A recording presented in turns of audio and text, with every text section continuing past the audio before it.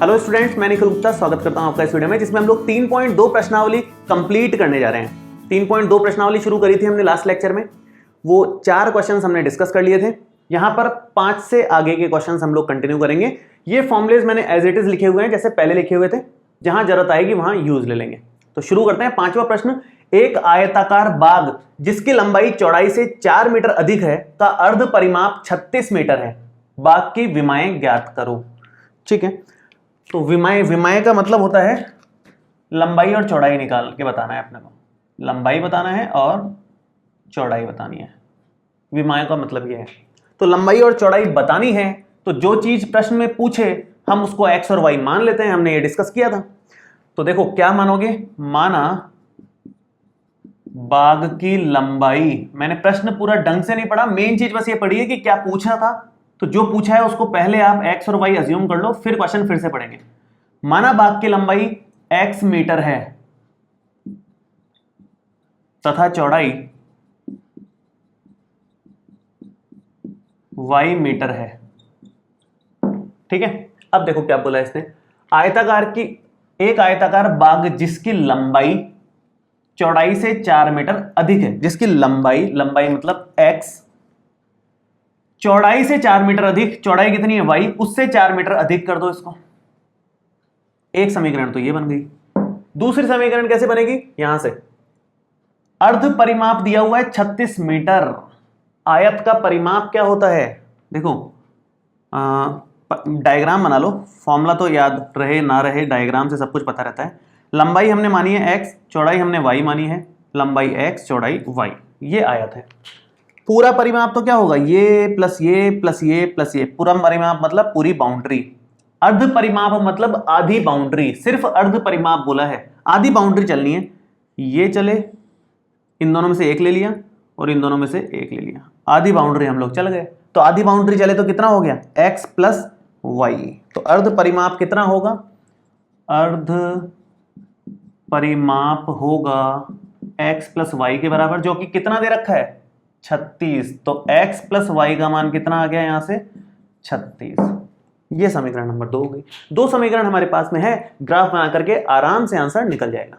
शुरू करें ग्राफ बनाना। सबसे पहले तो ये समीकरण, 2 पॉइंट्स लो भाई। x बराबर वाई प्लस 4। सबसे पहला पॉइंट x बराबर 0 ले लो। x बराबर 0 लोगे तो 0 बराबर वाई प्लस 4। तो यहां से y का मान आ जाएगा -4। ये इधर आएगा तो y का मान -4 आ गया। तो पॉइंट क्या बन गया, x, y करने के हिसाब से 0, -4 पॉइंट आ गया। ऐसे ही दूसरा पॉइंट निकालना है तो एक बार y0 रख दो। y0 रखोगे तो यहां पर बनेगा x बराबर 0 प्लस 4। 0 प्लस 4 तो 4 ही होता है। तो x का मान कितना आया 4, क्या रखने पर, 0 रखने पर। तो पॉइंट क्या बन गया 4,0। ये दूसरा पॉइंट आया अपना। ये 2 पॉइंट्स हमने निकाल लिए। आसानी से दोनों पॉइंट्स आ गए हैं। इसके भी बहुत आसानी से दोनों पॉइंट्स आ जाएंगे। मैं इधर करता हूं इसको, देखो x प्लस वाई बराबर 36। इसके 2 पॉइंट्स निकालने हैं। तो सबसे पहले तो x बराबर 0 रखो, सेम वैसे ही x बराबर 0 रखोगे तो 0 प्लस वाई बराबर 36। तो y का मान आ गया 36। पॉइंट क्या बनेगा, x, y मतलब 0, 36। ये पॉइंट आ गया। ये सब हमने बहुत ज़्यादा डिटेल में किए हैं, इसलिए मैं थोड़ा सा फास्ट ले रहा हूँ। बहुत सारे क्वेश्चंस में 3.1 में भी करे हैं, 3.2 में भी बहुत सारे क्वेश्चंस करे हैं।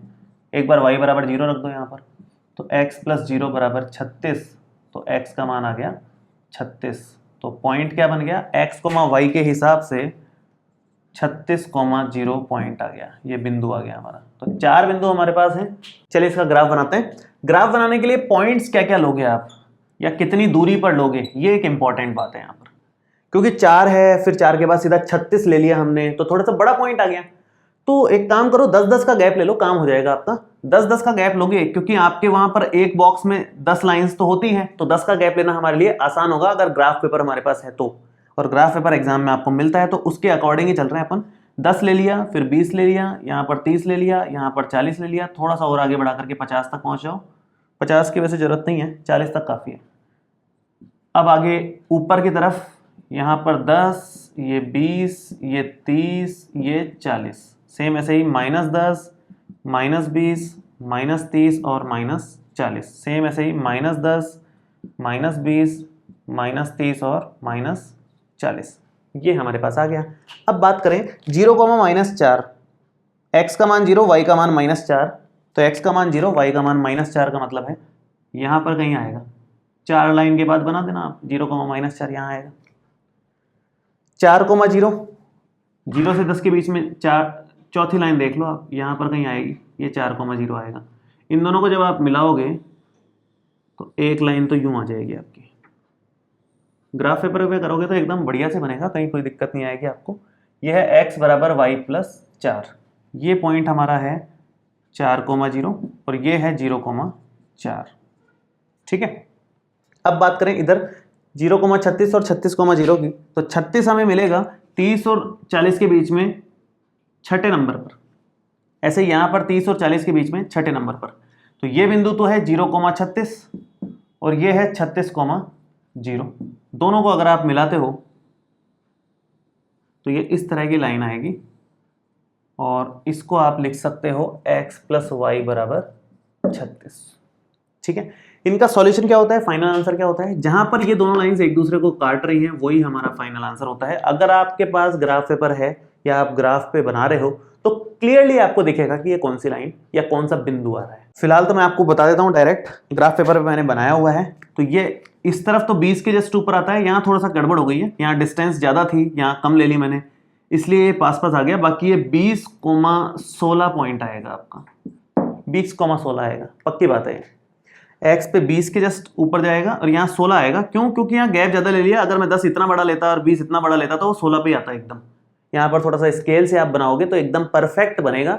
20,16 आंसर है। और फाइनल आप इसको लिखोगे कि हल क्या आया, यहाँ पर हल आया x का मान तो 20 और y का मान 16। ये हमारा फाइनल बन गया, ठीक है। तो अगर क्वेश्चन इस तरह से लिखे हुए हैं, आप शांति से सबसे पहले इक्वेशन बना लो। इक्वेशन अगर आप बना लिए तो फिर आगे का काम आप कर सकते हो, क्योंकि बहुत सारे क्वेश्चंस में मतलब आगे की तो प्रैक्टिस आपकी बहुत अच्छी हो ही जाएगी, हो ही चुकी है वैसे अभी तक।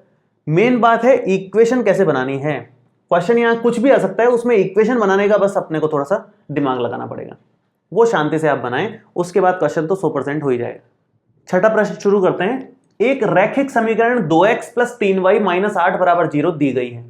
दो चरों में एक ऐसी और रैखिक समीकरण लिखिए ताकि प्राप्त युग्म का ज्यामितीय निरूपण जैसा कि प्रतिच्छेदी करती रेखाएं हो, या फिर दूसरा पार्ट है समांतर रेखाएं हो, या फिर संपाती रेखाएं हो। मतलब हमें इसके साथ में एक और आंसर बताना है आपको। ये 2x + 3y - 8 = 0 है, इसका एक युग्म बना के बताना है। युग्म इस तरह का कि पहला युग्म तो ऐसा बने कि इसके साथ वाली जो रेखा बने वो प्रतिच्छेदी करती हुई रेखा हो इससे। दूसरा एक और बनाओ जो समांतर रेखा मिले, एक ऐसी रेखा बनाओ जो इसके संपाती रेखा हो। तो 3 हमें आंसर देना है, इसकी मदद से हो जाएगा। प्रतिच्छेदी रेखाएं तो रैंडम बना दो आप, ऐसी कोई भी अपनी मर्जी से बना दो। यहां पर 5 लिख दिया, यहां पर 7 लिख दिया और यहां पर 10 लिख दिया, कुछ भी लिख दिया, ये प्रतिच्छेदी रेखा हो जाएगी। क्यों हो जाएगी? क्योंकि यहां पर देखो आप, a1 का मान 2 है, b1 का मान 3 है और c1 का मान -8 है, a2 का मान 5 है, b2 का मान 7 है और c2 का मान 10 है। हमें तो कुछ भी ऐसा बनाना था जिसमें इसका और इसका अनुपात इसके और इसके अनुपात के बराबर ना आए तो अपने आप ही वो प्रतिच्छेदी रेखा बन जाएगी, सोचने की बात ही नहीं है।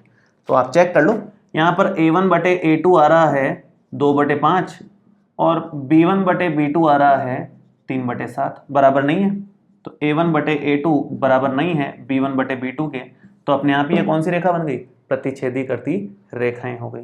तो ये पहले वाले का आंसर हो गया। ऐसे अनंत आंसर संभव है, ऐसे बहुत सारी रेखाएं आप बना सकते हो। तो आपकी बुक का जो आंसर दे रखा हो सकता है उससे आपका अलग है, बस आप ये चेक कर लेना कि इनका अनुपात और इसका अनुपात बराबर नहीं आना चाहिए, तो हमेशा वो आंसर सही माना जाएगा। दूसरा पार्ट है समांतर रेखा के लिए।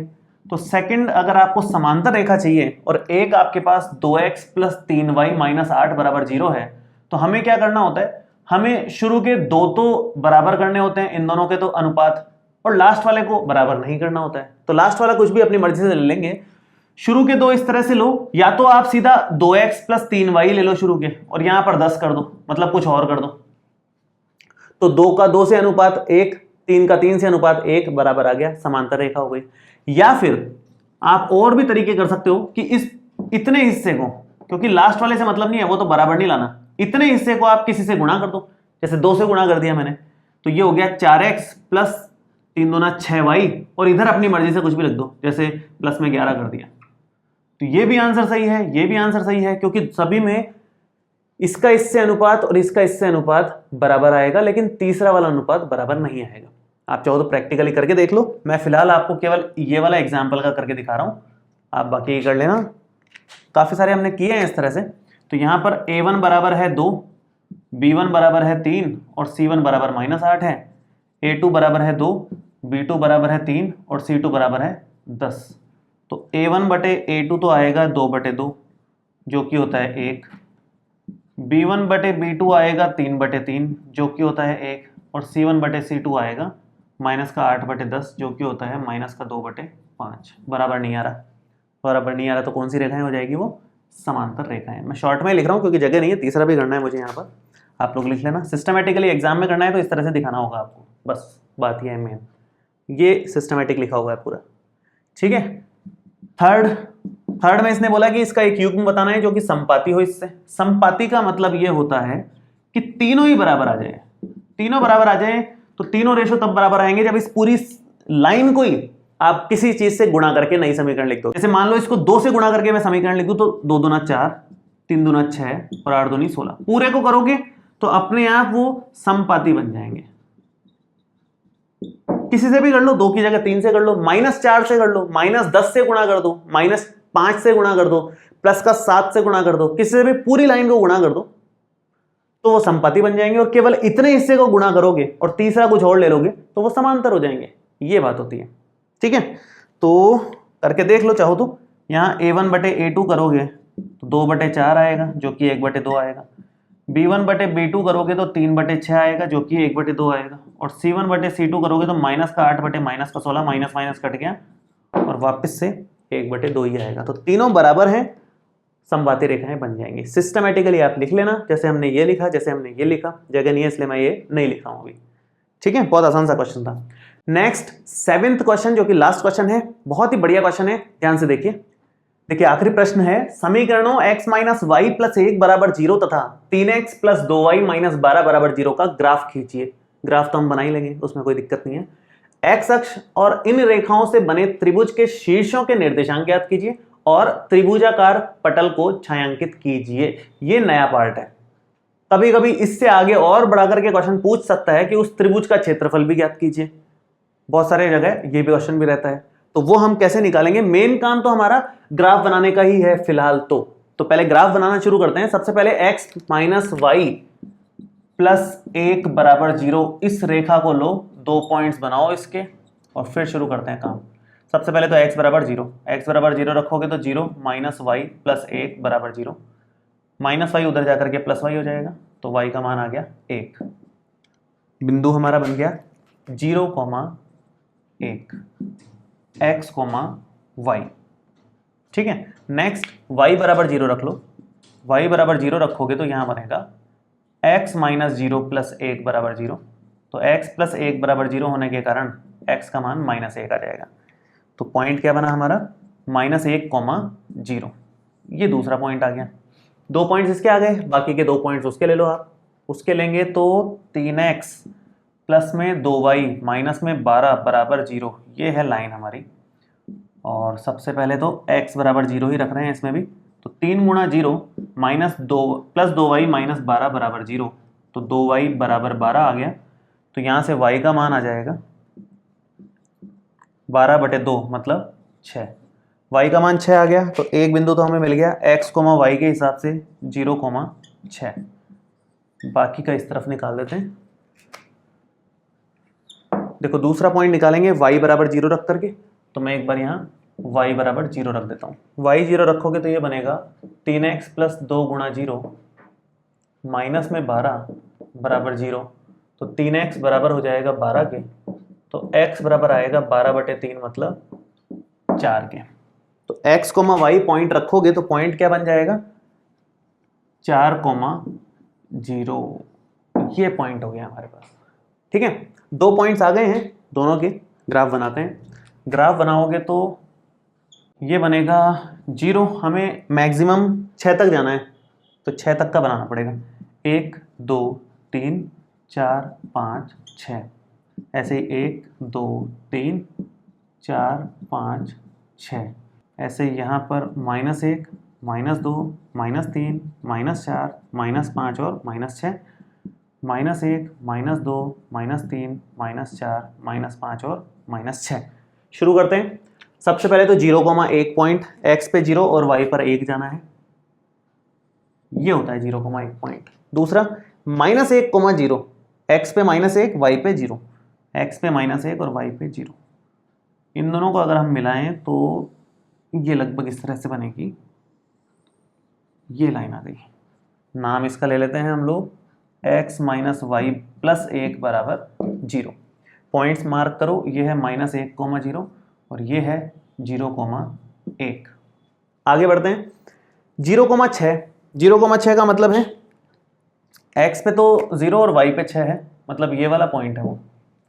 और 4,0 मतलब x पे 4 और y पे 0, ये वाला पॉइंट है। इन दोनों को मिला देते हैं। मिलाओगे तो ये बनेगा लगभग इस तरह से कुछ,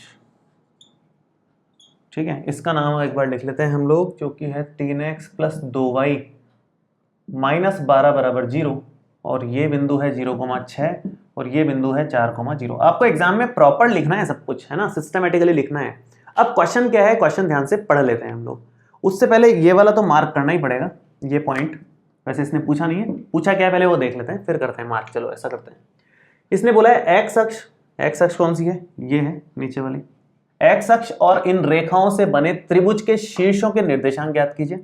x अक्ष और इन रेखाओं से, एक तो x अक्ष ये रही, रेखा ये रही, तो त्रिभुज कौन सा बना है यहाँ पर, ये नाम मैं दे देता हूँ इसको, त्रिभुज है ABC। ये A, ये हो गया B और ये हो गया C, ये ABC त्रिभुज बन गया। इनके निर्देशांक बताने हैं, तो A के निर्देशांक तो है, C के लिखे हुए ही हैं, B के और बताने हैं। B अगर आप ग्राफ पेपर पे बनाओगे तो एकदम साफ सुथरा दिखेगा क्या पॉइंट आ रहा है। फिलहाल मैं यहाँ पर बता देता हूँ क्या पॉइंट आएगा। ये मेरे ख्याल से आ रहा होगा 2,3, ये 2,3 आ रहा होगा, ये 2 है, 3 थोड़ा सा ऊपर जाएगा, ये एक्चुअल में 2,3 आएगा। ग्राफ पेपर पे एकदम साफ सुथरा दिखेगा, उसकी टेंशन ना लें आप, ठीक है। ये थोड़ा सा बड़े बड़े बनेंगे, यहाँ पर थोड़ी सी ज़्यादा चौड़ाई है, तो अकॉर्डिंगली ये 2,3 आएगा, फिलहाल आप मान लें।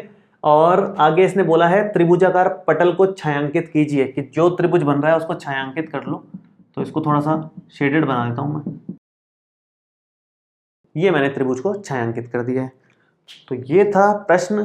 कुछ क्वेश्चंस इस तरह के हो सकते हैं जिसमें आपको बोले कि भाई इसका क्षेत्रफल भी निकालो, तो क्षेत्रफल मैं एक्स्ट्रा बता देता हूं कैसे निकालते हैं। अगर प्रश्न आए तो अपने हिसाब से कर लेना। फिर क्षेत्रफल निकालोगे, त्रिभुज का क्षेत्रफल क्या होता है, त्रिभुज का क्षेत्रफल का सूत्र होता है 1/2 गुणा आधार गुणा ऊंचाई। तो 1/2, आधार कितना हुआ देखो, ये लंबाई, तो 4 तो ये है और 1 ये है, लंबाई के देखें तो 5 हो गई आधार, तो ठीक है। ऊंचाई की बात करें तो यहां से 2 है, यहां से 3 ऊंचाई है, ये 3 पे आएगा, यहां पे मैंने ठीक नहीं लिखा, 3 पे आएगा ये, तो ये 3 आएगा। इसके हिसाब से देखो 3 हाइट है इसकी, यहां से हाइट लेनी है आपको, टोटल जो भी बन रही हो, ये 3 हाइट आएगी। तो आधार 5 हो गया, टोटल हाइट 3 हो गई, उसके हिसाब से 15/2 इसका क्षेत्रफल आ जाएगा, वर्ग मीटर या वर्ग यूनिट जो भी है इसमें, ठीक है। इस तरह से क्षेत्रफल निकाल सकते हैं। कुछ क्वेश्चंस ऐसे बन सकते हैं कि x अक्ष ना बोल करके आपको y अक्ष बोलता, तो उस केस में ये वाला त्रिभुज आ जाता। फिर y अक्ष और इन रेखाओं से मिलकर के कौन सा त्रिभुज बन रहा है, ये वाला बन रहा है, तो हमें इसका और इसके निर्देशांक लिखने को बोलता, और वही क्षेत्रफल पूछता तो आधार ये हो जाता और ऊंचाई उस केस में ये वाली हो जाती, लंबाई जो भी है 2 हो जाती, मतलब ये 2 है। तो इस तरीके से क्षेत्रफल भी निकालने को आए तो आप आराम से कर सकते हो, ये बात है। तो 3.2 हमारी कंप्लीट हो गई है, ग्राफीय विधि कंप्लीट हो गई है। अगले वीडियो से हम लोग प्रतिस्थापन विधि स्टार्ट करेंगे। इस वीडियो में आपको कोई भी डाउट हो तो आप नीचे कमेंट बॉक्स में लिख सकते हैं, और वीडियो कैसा लगा ये भी कमेंट करके जरूर बताएं। आपके कमेंट से और नए वीडियोस, ज़्यादा वीडियोस बनाने की प्रेरणा मिलती है। आपको इस वीडियो में कोई भी डाउट हो तो आप नीचे कमेंट बॉक्स में लिख सकते हैं, और ये वीडियो कैसा लगा ये भी कमेंट करके जरूर बताएं। आपके कमेंट से और भी ज़्यादा वीडियोस बनाने की मोटिवेशन मिलता है। मिलते हैं आपसे अगले वीडियो में। Thank you so much.